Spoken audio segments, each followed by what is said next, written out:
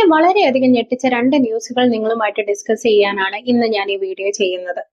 ചെന്നൈയിൽ ഒരമ്മ തന്റെ 2 വയസ്സുകാരനായ മകന് വളരെ പനിയും ജലദോഷവും ഒക്കെ ആയിട്ട് ഡോക്ടറെ അടുത്ത് കൊണ്ടുപോവുകയും അവന് അവിടെ വെച്ചിട്ട് ഡോക്ടർ മെയിൻ ആയിട്ട് പാരസെറ്റാമോൾ എന്ന് പറയുന്ന മരുന്നാണ് പ്രിസ്ക്രൈബ് ചെയ്തത് അവന്റെ പനി കുറയാനായിട്ട്. അപ്പോൾ അവന് കൊടുത്തൊരു മരുന്നിന്റെ ഡോസേജ് എന്ന് പറഞ്ഞു കഴിഞ്ഞാൽ 100 mg ഒരു 1 മില്ലിഗ്രാം എന്നുള്ള നിരക്കിലാണ് അവന് കൊടുക്കാൻ പറഞ്ഞത്. അതായത് ഒരു ഡ്രോപ്പ് 8 മണിക്കൂറിനുള്ളിൽ ഒരു ഡ്രോപ്പ് വീതം കുഞ്ഞിന് പനി വീണ്ടും വീണ്ടും വരികയാണെങ്കിൽ കൊടുക്കാൻ പറഞ്ഞ് അൽമിയെ ഏൽപ്പിക്കുകയാണ്. പക്ഷെ അമ്മ വീട്ടിൽ വന്നിട്ട് കുഞ്ഞിന് മരുന്ന് കൊടുത്തു. പക്ഷെ പനി കുറയുന്നില്ല. അപ്പോഴാണ് അവർക്ക് ഓർമ്മ വന്നത് അവരുടെ മറ്റൊരു മകന്, അവരുടെ മൂത്ത മകന് ഡോക്ടർ 2.5 ml കൊടുക്കാനായിരുന്നു പറഞ്ഞിരുന്നത്. അപ്പൊ അതുമായിട്ട് ബന്ധപ്പെട്ട് അവരെന്ത് ചെയ്തു, മൂത്ത മകന് പറഞ്ഞതുപോലെ ഈ കുഞ്ഞിനും, ഈ 2 വയസ്സുള്ള ഈ കുഞ്ഞിനും 2.5 ml വെച്ചിട്ട് ഈ പാരസെറ്റമോൾ കൊടുക്കാൻ തുടങ്ങി. അപ്പൊ അവർ എക്സ്ട്രാ കൊടുത്തത് ഒരു ഡോസ് ആണ്, ഈ 2.5 ml ഡോക്ടർ പറഞ്ഞതിൽ നിന്നും മാറിയിട്ട്. പക്ഷെ കുറച്ചു നേരം കഴിഞ്ഞപ്പോഴത്തേക്കും കുഞ്ഞ് ഭയങ്കരമായിട്ട് ഡൾ ആവാൻ തുടങ്ങി. കുഞ്ഞിന് ഭയങ്കര ചുമയും ക്ഷീണവും ഒക്കെ അനുഭവപ്പെടാൻ തുടങ്ങി. അതുപോലെ തന്നെ കുഞ്ഞ് ഛർദ്ദിക്കാൻ തുടങ്ങി. ഛർദ്ദിക്കുന്നതിലൊക്കെ ബ്ലഡ് ആയിരുന്നു. അപ്പൊ ഇത് കണ്ടിട്ട് ഇവര് ഭയങ്കര പാനിക്കായി. ഇവര് ഹോസ്പിറ്റലിൽ പോവുകയും ഒക്കെ നോക്കിയപ്പോഴത്തേക്കും കുഞ്ഞിന്റെ ലിവറിന് കംപ്ലൈന്റ് ആയി തുടങ്ങിയിരുന്നു. കാരണം ഈ ഒരു പാരസെറ്റാമോൾ മരുന്ന് കുഞ്ഞിന്റെ ലിവറിനെ അഫക്ട് ചെയ്ത് തുടങ്ങി. ഈ അമ്മയ്ക്ക് ഇത് വളരെ കാര്യമായിട്ട് ഇത് അമ്മയെ ബാധിക്കുകയും ഈ അമ്മയുടെ കൈ കൊണ്ട് ഇത് കൊടുത്തു, അമ്മയ്ക്ക് ഒരു തെറ്റ് പറ്റി, ഇങ്ങനെ ഒരു ഡോസേജ് മാറിപ്പോയി ഇത് കൊടുത്തു എന്നുള്ളത് കൊണ്ടിട്ട് ഈ അമ്മ ആ ഹോസ്പിറ്റലിന്റെ മുകളിലത്തെ നിലയിൽ നിന്നും എടുത്ത് താഴേക്ക് ചാടി ആത്മഹത്യ ചെയ്തു. അപ്പൊ അവര് മരിച്ചോ ഇല്ലയോ എന്നുള്ളതിനെ കുറിച്ചിട്ട് എനിക്ക് കൂടുതലായിട്ട് അറിയില്ല. ഞാൻ ഈ ന്യൂസിനെ കുറിച്ചിട്ട് പിന്നത്തെ കാര്യം ഞാൻ ചിന്തിച്ചില്ല. കാരണം ആദ്യം തന്നെ എനിക്ക് വളരെ ഷോക്കിംഗ് ആയത് ഇത്തരത്തിലുള്ള ഒരു ഡോസേജ് മാറിപ്പോയി ഒരു കുഞ്ഞിന് ഇത്തരത്തിലൊരു പ്രശ്നം വന്നു എന്നുള്ളത് തന്നെയാണ്.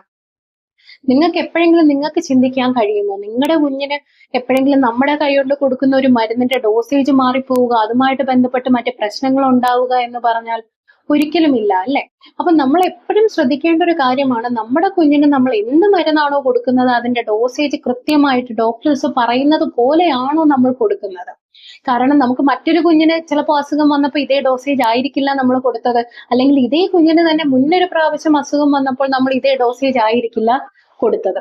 ഇതുപോലെ തന്നെ മറ്റൊരു ഞെട്ടിക്കുന്ന ന്യൂസ് ആണ്, 8 മാസമുള്ള ഒരു പെൺകുഞ്ഞ് അവരുടെ വീട്ടിൽ വെച്ച് തന്നെ ഈ ഒരു പ്രധാനപ്പെട്ട ഒരു വേപ്പർ റബ്ബും അതിനോടൊപ്പം തന്നെ കർപ്പൂരവും മിക്സ് ചെയ്ത് അവരുടെ വീട്ടിൽ അവരുടെ മുത്തശ്ശിയും അമ്മയും എല്ലാം ചേർന്ന് വീട്ടിൽ നിന്ന് ഉപയോഗിച്ച ഒരു ഹോം റെമഡി കൊണ്ട് മരിച്ചുപോയി എന്നുള്ളത്. കാരണം ഈ ഒരു വളരെ ഫേമസ് ആയിട്ടുള്ള ഒരു വേപ്പർ റബ്ബും അതിനോടൊപ്പം തന്നെ ക്യാംഫർ, അല്ലെ, കർപ്പൂരവും ഇവർ പൊടിച്ച് ചേർത്തിട്ട് കുഞ്ഞിന്റെ മൂക്കിൽ അപ്ലൈ ചെയ്യുകയും അതിനുശേഷം ഈ കുഞ്ഞിന് വന്ന അസ്വസ്ഥതകൾ മൂലം കുഞ്ഞിനെ ഹോസ്പിറ്റലൈസ് ചെയ്യുകയായിരുന്നെങ്കിലും കുഞ്ഞിന്റെ ജീവൻ രക്ഷിക്കാൻ കഴിഞ്ഞില്ല. അപ്പൊ ഇത്തരത്തിലുള്ള ചെറിയ ചെറിയ ചെറിയ പ്രോബ്ലംസ് കൊണ്ടിട്ട് എത്ര വലിയ അപകടങ്ങളാണ് നമ്മുടെ കുഞ്ഞുങ്ങൾക്ക് സംഭവിക്കുന്നതെന്ന് നിങ്ങൾ എപ്പോഴെങ്കിലും ചിന്തിച്ചിട്ടുണ്ടോ? അപ്പൊ ഇത്തരത്തിലുള്ള കാര്യങ്ങൾ എന്തുകൊണ്ട് നമ്മൾ കൃത്യമായിട്ട് നോക്കുന്നില്ല? നമ്മൾ പലപ്പോഴും പല മരുന്നുകളും പല മെഡിക്കൽ ഷോപ്പിൽ നിന്നും ഒക്കെ മേടിച്ച് നമ്മൾ കഴിക്കുന്നുണ്ടാവും. പക്ഷെ അതുപോലെ തന്നെ നമ്മുടെ കുഞ്ഞുങ്ങളെ നമ്മൾ ട്രീറ്റ് ചെയ്താൽ മതിയാവുമോ? നമ്മൾക്ക് ഒരു കാര്യത്തിനെ കുറിച്ച് അറിവില്ല എന്നുണ്ടെങ്കിൽ അത് അറിവുള്ള ഡോക്ടേഴ്സിനോട് ചോദിച്ച് മനസ്സിലാക്കി ചെയ്യുക തന്നെ വേണം.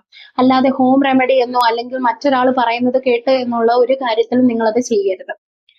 ഞാൻ ഈ ആദ്യം പറഞ്ഞ കേസിൽ തന്നെ ഈ പാരസെറ്റമോൾ പോയിസണിങ് എന്ന് പറയുന്നത് നമ്മുടെ രാജ്യത്ത് വളരെ കോമൺലി, നമ്മുടെ രാജ്യത്ത് മാത്രമല്ല ഇന്റർനാഷണലി തന്നെ വളരെ കോമൺലി നടക്കുന്ന ഒരു കാര്യമാണ്.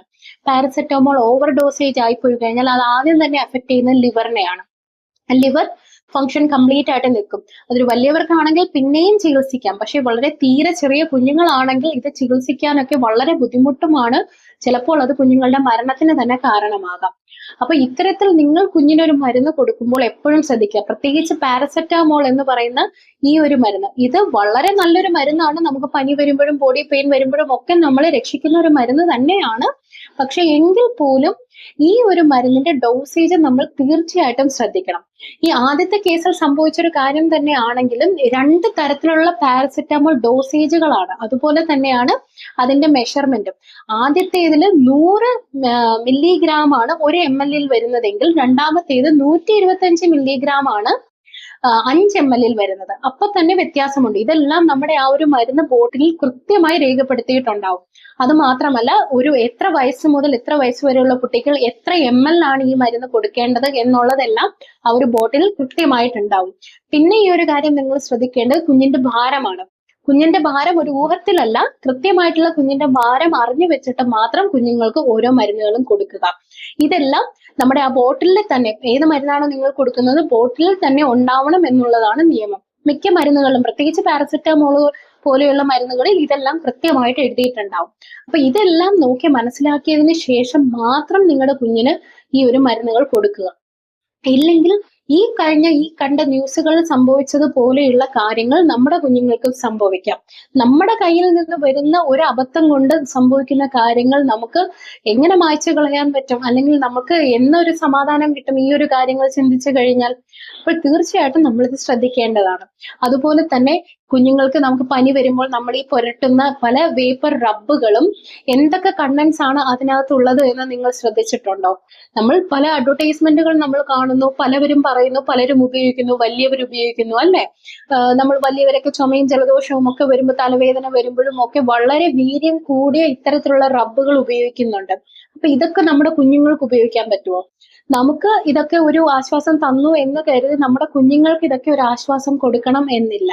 അത് മാത്രമല്ല, കുഞ്ഞുങ്ങൾക്ക് മറ്റ് പല ശാരീരിക പ്രശ്നങ്ങൾ ഈ കാര്യങ്ങൾ കൊണ്ട് സംഭവിക്കാം. പ്രത്യേകിച്ച് ഇത്തരത്തിലുള്ള വേപ്പർ റബ്ബുകളിൽ അടങ്ങിയിരിക്കുന്ന കണ്ടന്റുകൾ, ചിലപ്പോൾ കർപ്പൂരം പോലെയുള്ളത്, അല്ലെങ്കിൽ മറ്റ് പല ആയുർവേദ മരുന്നുകൾ, ഇതിനെല്ലാം ഭയങ്കര ഇറിറ്റബിലിറ്റി കൂടുതലാണ്.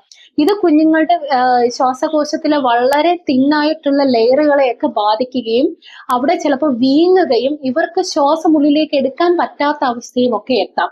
അപ്പൊ അത്തരത്തിൽ വരുന്നൊരവസ്ഥയിൽ കുഞ്ഞുങ്ങൾക്ക് ശ്വാസം മുട്ടലുണ്ടാവുകയും അവർക്ക് അവിടെ ഓക്സിജൻ ലെവൽ കുറയുകയും അങ്ങനെ അവർ മരണത്തിൽ, ചിലപ്പോൾ ഹോസ്പിറ്റലിൽ എത്തിക്കുന്നതിന് മുന്നേ പോലും മരണം സംഭവിക്കാനുള്ള ചാൻസസ് വളരെ ഏറെയാണ്.